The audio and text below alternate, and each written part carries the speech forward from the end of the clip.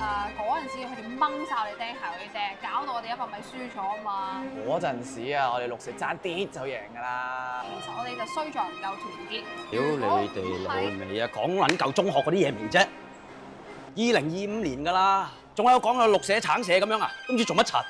咁我哋中學同學嚟㗎嘛，唔講中學嘅嘢，講咩啊？咪咯，我哋講下啫嘛，咁都唔得。唔係話唔講得啊，可唔可以有啲新嘅見解、新嘅角度咧？鑊鑊都講話橙社點樣贏我哋綠社係咪啊？知㗎啦，橙社威撚晒啊嘛，陸運會全場總冠軍啊嘛，知㗎。橙社真係正 PK 嚟㗎，嗰陣時啊，佢哋着住我哋綠社啲衫啊，扮我哋自己有混入我哋。我哋仲講喎，仲講喎。咁之後咧？之後點啊？你哋人生係咪得中學嘅啫嘛？大學咧？啊，你講下大學，你講大學，講大學。咁你讀阿蘇啊嘛，我哋講大學嘅嘢你都唔明㗎啦。大學最好玩咪 O Camp 咯，掟啲先啦。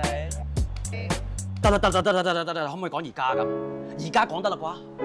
你而家翻緊咩工啊？我失緊業。咁你咧？你而家做緊咩啊？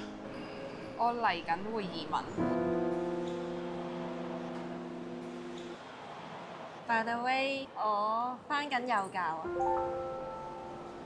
不如講翻我哋當年橙社點樣陰臭你哋綠社啊！講嚟有咩意思啫？就算俾你講多1000次，改變到個結果咩？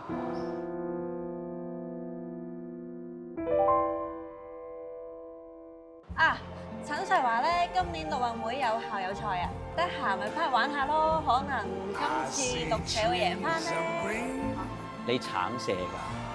中學冇得揀，我不嬲中意綠色㗎。